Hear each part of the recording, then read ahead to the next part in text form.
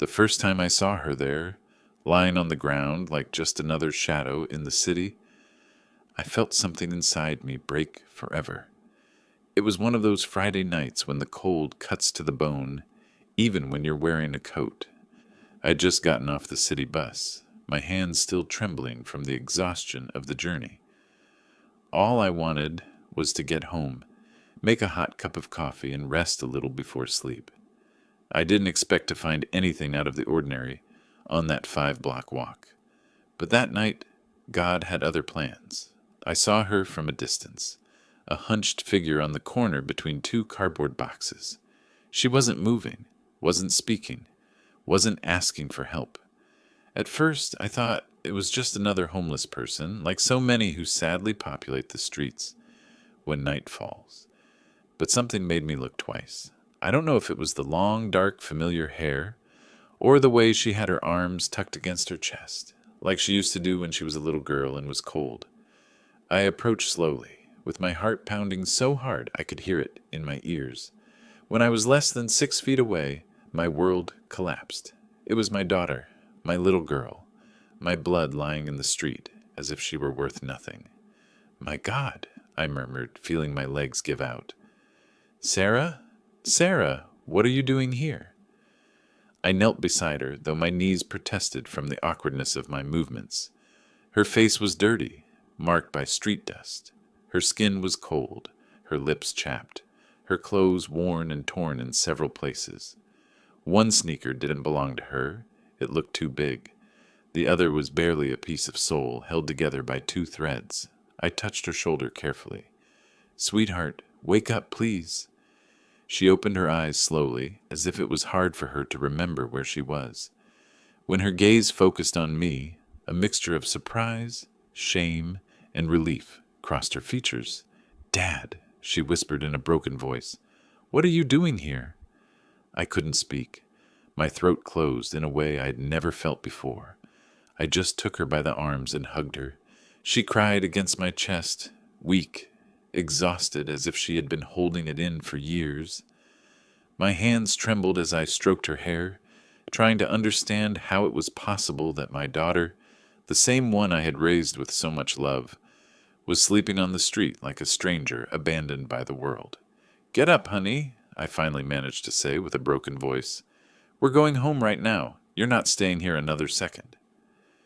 She trembled when she tried to stand. We had to do it little by little, leaning on me like she used to when she was small and was afraid to walk alone on stormy nights. Her body was so light it worried me. How long had she gone without eating well? How many nights had she slept like this, exposed to the cold, to danger, to people's indifference? "Dad," she said again, almost in a whisper. He left me with nothing." Her voice broke pronouncing that phrase, and I understood everything. I didn't need to hear more to know who she was referring to. Her husband, the same one I never fully approved of, the same one she defended so many times, the same one who convinced her I was too protective, the same one who promised to take care of her and destroyed her. But this wasn't the time for questions. This wasn't the time for blame. It was time to take her home and protect her. I helped her walk the few blocks to my house. Each step seemed to weigh a ton. She cried in silence. So did I, though I didn't let her see me. When we entered, I wrapped her in a warm blanket and sat her on the couch. I made her hot soup, the same recipe I always made when she was sick as a child. She barely took a few spoonfuls before falling asleep, overcome by exhaustion. I sat watching her for a long time. My daughter, the same one who once dreamed of building a family, was there. Sunken, broken, stripped of everything by the man who swore to love her. And then rage invaded me, a dense, deep rage like a fire growing in my chest, but also a pain that made me tremble. As I watched her sleep, I understood I couldn't sit still. Not this time. Not after seeing what I saw. I had to do something. I had to confront that man. I had to recover what he had taken from her. While I prepared a cup of tea to keep myself awake, my mind began weaving a plan that had nothing to do with violence, but with dignity, with justice, with paternal love, with everything he never had toward her. And as the clock struck 3 in the morning, I took my phone and searched for the address of the new apartment where he was living with his mistress. There, in an elegant building surrounded by luxuries that didn't belong to him, slept the man who had left my daughter, sleeping on the street. Before I continue, I should mention that I am sharing this story because I believe it might help someone else recognize what real family means.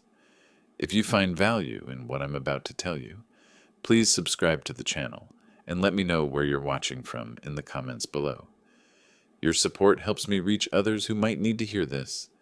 That night, sitting next to my daughter while she slept, I decided that the next day I would go look for him. I didn't know exactly what I would do when he opened the door, but I knew one thing. He would never in his life forget what was about to happen. When I woke up, it was almost 9 in the morning. I had slept in the dining room chair with my head resting on my arms. I didn't remember when sleep had overcome me, but I remembered every detail of what I had seen the night before. My daughter was still there, curled up on the couch, wrapped in the blanket I had put on her, with soft breathing and a face still marked by exhaustion. I approached slowly and watched her. That fragile peace I saw in her expression didn't match the reality she had lived through. And as I watched her sleep, a thought hit me with the force of a hammer. My daughter had been completely missing from my life for 2 years, and I never imagined she was like this. It hurt me. It pierced me. It destroyed me inside. I made coffee quietly, trying not to wake her, but not even 10 minutes passed before I heard her moving. She sat up slowly, as if her body still felt heavy. When she opened her eyes and saw me, she smiled. But it was that broken smile, as if it was hard for her to remember how to do it. "Good morning, Dad," she whispered. I approached and sat next to her. I didn't want to pressure her, but I knew she had to talk. She knew it too. "Do you want to eat something?" I asked, giving her time. She shook her head. "No, I just need to tell you what happened." I took a deep breath, nodded. "I'm here, honey. Tell me everything. Don't be afraid." She squeezed her hands together, trembling slightly. Her eyes looked down, avoiding mine, and then she began. "Dad, he sold the house without telling me anything. I found out when the new owners arrived and asked me to leave. He was already living with her, with the mistress, and I had nowhere to go. I felt a wave of heat run through my chest. Pure fury, absolute indignation. How could he do that to you?" I managed to say with difficulty. She shook her head. "Because he was always like that, Dad. I just hid everything so you wouldn't suffer. He manipulated me. He made me believe that if I told you anything, you'd have a heart attack, that you couldn't handle it, that it was better to leave you alone." I listened in silence, feeling my heart tighten. "But that's not the worst part," she continued, and her voice broke. "When he left with her, he left me without money. I had temporary jobs, but it wasn't enough for anything. I slept at friends' houses, but it didn't last long. Then in cheap boarding houses. In the end, I ended up on the street. I couldn't take it anymore." I took her hand. Her hand was cold, but her pain burned. "Why didn't you come home?" I asked, almost in a whisper. She began to cry. "Because I was ashamed, Dad. I was ashamed for you to see me like this, defeated. And because he kept repeating that you were better off without me, that I was a burden, that if I came back to you, I would ruin your life. I believed him. I was a fool." I gently lifted her face so she would look me in the eyes. "Listen to me carefully," I said with a firm voice, but trembling with emotion. "You have never been a burden. You are my daughter, my family, my blood. I would have crossed the world to help you. How could you think I'd be better off without you?" She broke down. Her crying flooded the room. Her pain mixed with my helplessness. I hugged her while her body trembled. "I'm sorry, Dad," she repeated over and over. "I'm sorry." "You don't have to apologize, honey," I responded, stroking her hair. "You didn't do anything wrong. You were a victim of a man without a soul. But now you're here with me, and you won't spend another night on the street. I swear it." She stayed there, hugging me for long minutes. When she finally calmed down, she took a breath and added, "He lives in Riverside luxury apartments with his wife. Well, his mistress. Now they say they're expecting a baby. That's why he sold the house so quickly. He wanted money for his new life. His new life." The phrase pierced my chest like a bullet. So that miserable man had traded my daughter for a younger woman and a more comfortable life. Without remorse, without guilt, without mercy. I got up from the couch and began pacing around the room, unable to control the rage boiling in my veins. My daughter watched me worriedly. "Dad, what are you going to do?" I stopped, looked at her intently, felt my hands clench into fists. "I'm going to do what I should have done a long time ago," I said, in a grave voice. "I'm going to go talk to him." She opened her eyes in fear. "Dad, no, please. He's dangerous. You don't know what he's capable of." "And he doesn't know what I'm capable of," I responded without looking away. She swallowed. "Promise me you won't do anything bad." I looked at her tenderly, but with a certainty I didn't remember feeling in years. "I promise I won't do anything that will hurt you. But I'm not going to let the man who destroyed you keep living as if nothing happened." She lowered her gaze. I think she understood that my decision was irreversible.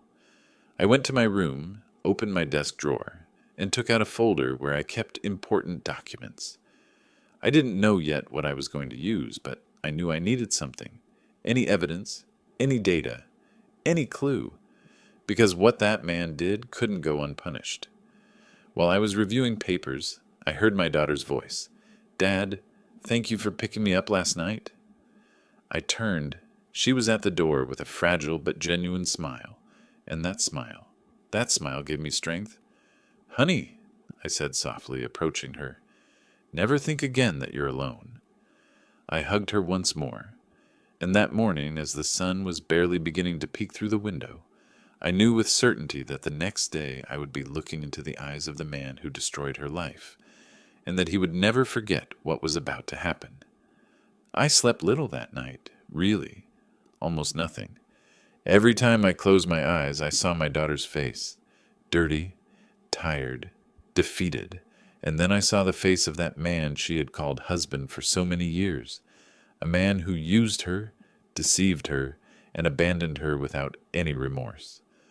I got up before the sun fully rose, made coffee, put on a thick jacket, and sat at the kitchen table, looking at the folder of documents I had taken out the night before.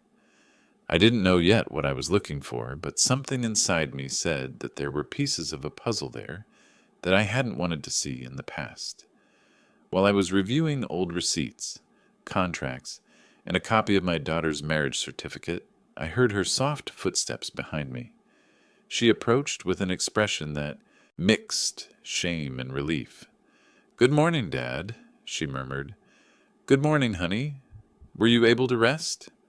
She nodded, though her eyes said otherwise.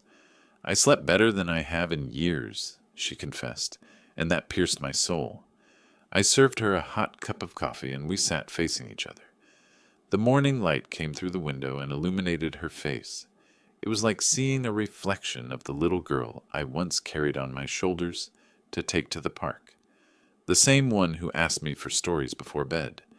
The same one who promised to call me every day when she went to live with her husband. But life had been cruel to her. Too cruel. "Honey," I said firmly, "I need you to tell me everything you remember. Everything. Even what you think doesn't matter." She bit her lower lip, hesitating, then took a deep breath and nodded. "Okay, Dad, I'll tell you everything."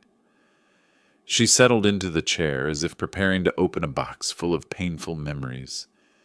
"He started changing long before he left with her," she began. "At first, I thought he was stressed about work, but no. He already had a relationship with that woman. I was the fool who didn't want to see it." "You're not a fool," I interrupted gently. She continued, ignoring my comment. "One day he came home furious and told me the house had to be put in his name. He yelled at me, insulted me, and I accepted. I still don't know why I did it. Maybe I was tired, or maybe I was afraid of being alone. I clenched my fists on the table. "And when did he sell the house?" I asked. "A month later," she responded, lowering her gaze. "He told me the sale was for a project, but I never saw a cent. When I asked him, he yelled that it was none of my business. Then he disappeared for 2 days, and when he came back, he was already planning to leave with her." My breathing became heavy. "And no one helped you? No lawyer? No friend?" "He convinced me that if I reported him, he could say I was mentally unstable and that I would lose any rights. He even said he could take away my last name.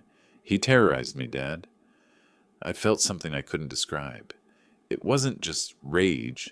It was an ancient, deep pain, almost primitive, as if the injustice committed against my daughter had been embedded in my own skin. I stood up from the chair without wanting to, driven by the need to walk. She looked at me worriedly. "Dad, what are you thinking?" "I'm thinking," I said with an accelerated heart, "that man is going to pay for everything he did to you, that I'm going to look him in the eyes and remind him who I am, and that I won't allow him to destroy your life ever again." She stayed silent. Then slowly she spoke. "Dad, I'm scared." I turned and looked at her tenderly. "You don't have to be scared. Not while I'm alive." She got up and hugged me. Her body trembled. So did mine. We were two wounded souls trying to find strength in each other. When she separated, I thought she wanted to rest. But she went to her bag and took out an envelope that was crumpled and almost torn. "I found this a while ago," she said. "He doesn't know I have it. I kept it without knowing why, but maybe it will help you." I took it in my hands, opened the envelope carefully. Inside were copies of printed emails, contracts, text messages, all related to the sale of the house. There were suspicious bank movements, deposits to unknown accounts, and one thing that caught my attention, a message from the mistress telling him, "Sell it now. We need it to close the apartment deal." I rested my hands on the table.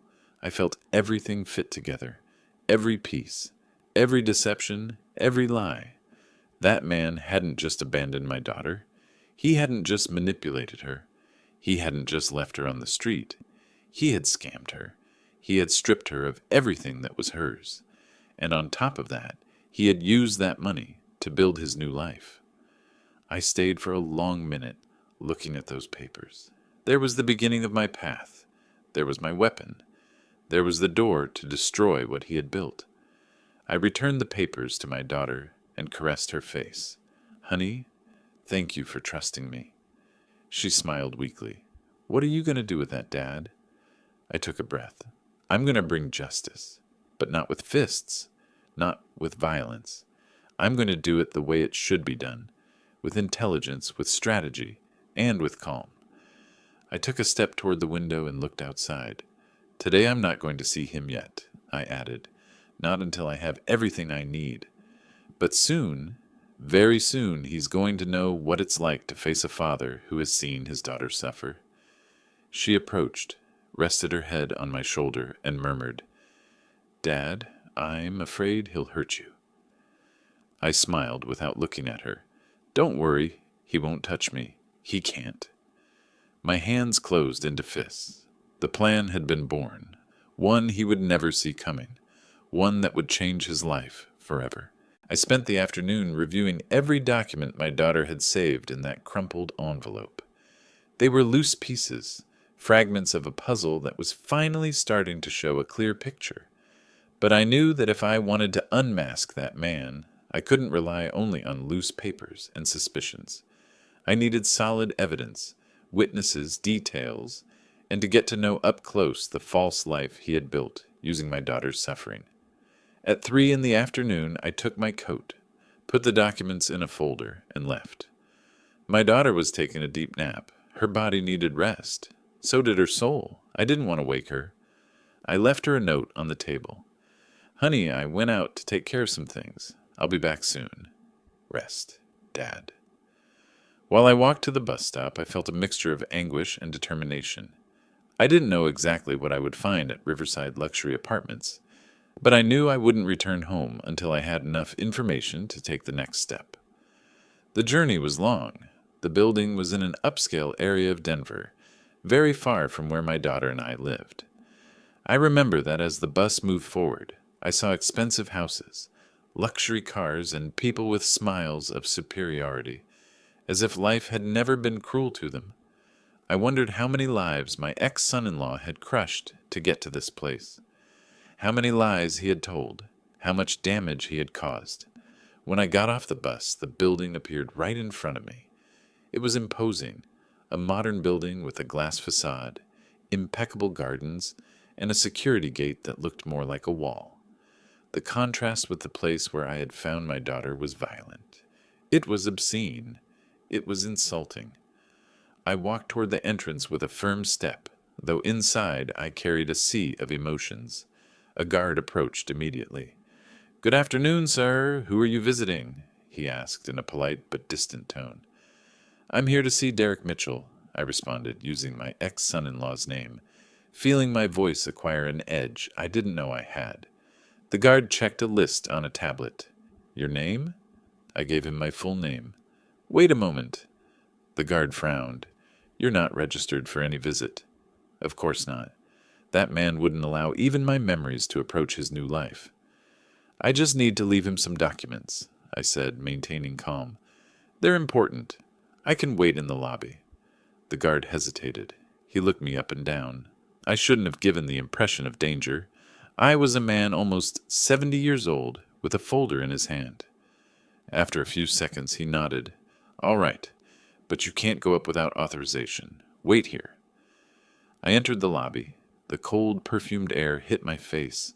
There were luxurious armchairs, shiny floors, modern lamps, everything my daughter had lost. I sat down, took a deep breath, and observed the people coming and going. Young couples, executives, a pregnant woman, all with perfect lives, or at least lives without the hell my daughter had lived through.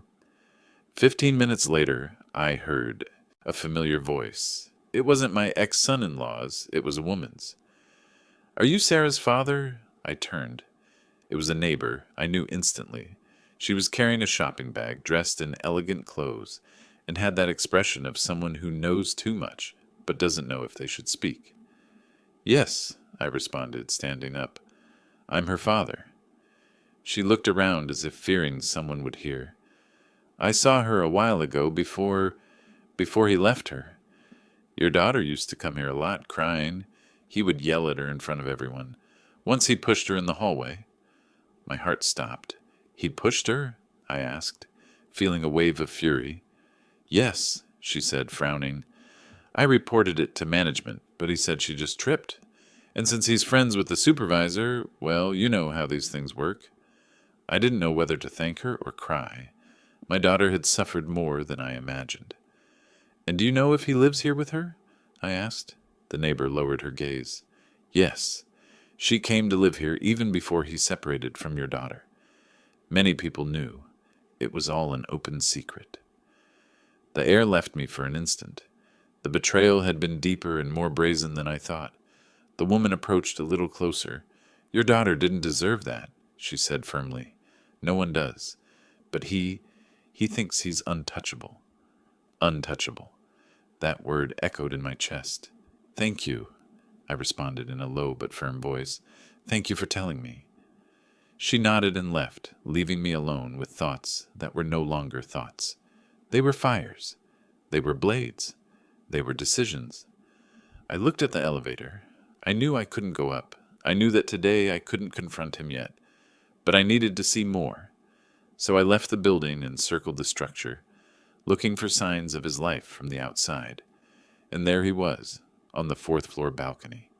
Him, my ex-son-in-law, laughing with a glass in his hand, laughing as if life belonged to him, as if he had never hurt anyone. And next to him was the mistress, the woman for whom he destroyed my daughter, the woman carrying an advanced pregnancy. There was music, there was celebration, there was happiness. I felt something inside me break, because while they celebrated their new life, my daughter slept in my house, after having lived on the street. I didn't move a single muscle. I just watched until he went back inside the apartment, never imagining that from below, the man he should never have despised was watching him. That day, as I walked away from the building, I understood everything. I wasn't going to hit him. I wasn't going to insult him. I wasn't going to confront him like an angry old man. I was going to destroy him with the same calm with which he destroyed my daughter. But unlike him, mine wouldn't be cowardice. It would be justice. The next morning, I called Michael, my attorney and old friend. "Ready for the next phase?" he asked as soon as he answered. "Ready," I responded. "I want to file everything today?"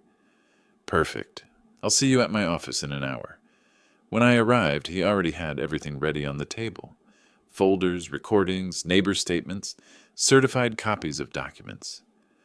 "Robert, what you have here," said Michael, adjusting his glasses, "is enough to sink him legally, not just for the fraudulent sale, but also for economic abandonment, threats, and the history of manipulation we can prove with witnesses." "I don't want to ruin his life for sport," I responded. "I want him to pay for what he did, and I want my daughter to get back what's hers." Michael nodded. "Then we're on the right path." I signed several documents. Each signature was like removing another brick from the castle of lies where Derek lived. That afternoon, I returned to Riverside Luxury Apartments. I went to the underground parking lot. I knew which car was his. A black sedan he showed off, as if it were a throne on wheels. I approached and took something out of my briefcase, a laminated sheet that couldn't be ignored. It was a copy of the legal complaint with the court's date and seal. Not the original, but enough to give him a panic attack. I placed it carefully on the windshield under the wiper. Then I stepped back a few steps and observed the car from a distance. No one else noticed it, but I did. That paper was the beginning of the end. When I went back up to ground level, my phone rang. The name on the screen chilled me. "Derek." I answered without saying anything. "Old man," he said with a broken voice. "What did you do? What's that paper on my car? Why are you getting in my life again?" I smiled, but it was a sad, tired smile. "Why did you get involved with my daughter?" I responded. "You can't do this to me, Robert. You can't." His breathing was agitated, as if he were on the verge of a panic attack. "Let's talk. Please." "We already talked today," I responded calmly. "Wait, don't hang up." But I hung up. 2 weeks passed. Derek called 6 more times. I blocked his number. He sent letters. I threw them away unopened. He even showed up at my house one evening. I watched through the window as he knocked, waited, knocked again, then finally left. Sarah called to check on me. "You okay, Dad?" "Better than fine, actually." "No regrets?" I thought about that. "Not yet. Maybe someday, but right now? No." "Good. What you did for me 15 years ago, that wasn't just money, Dad. That was love. That was you telling me I was worth saving. So whatever you do or don't do for Derek, you don't owe anyone an explanation." 3 weeks after Derek's initial call, I saw the notice in the newspaper. Mitchell Construction files for bankruptcy. I felt no triumph, just quiet completion. That weekend, I took Sarah's family to the park. I watched her son play, saw her daughter on the swings. Sarah sat with me on a bench. "Dad," she said quietly, "thank you." "For what?"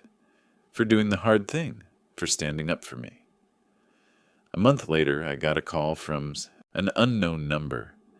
"Robert." It was Derek's voice, but different, quieter, defeated. "I'm not calling to ask for money. I lost everything. The house, the business, my savings, everything.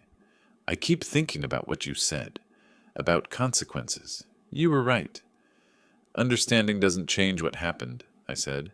"I know, but tell Sarah I'm sorry, really sorry."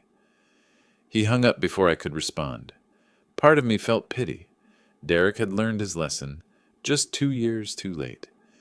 Before I finish, I want to say something to anyone who's listened this far. If you've been betrayed by family, if someone who should have helped chose not to, if you're carrying that weight, you're not wrong to still be angry. Forgiveness is beautiful, But forgiveness isn't mandatory. Sometimes the honest thing is admitting that some wounds don't heal, and some people don't deserve your help. It's Sunday morning now, 6 months later. I'm in my study watching leaves fall. In an hour, Sarah and her kids are coming for lunch. The kids will help me rake leaves, which means jumping in piles while I rake 3 times. It's a good life.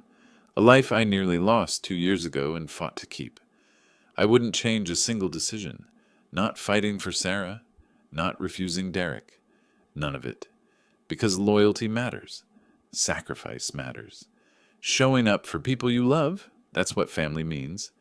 Derek learned what family means when nobody showed up for him.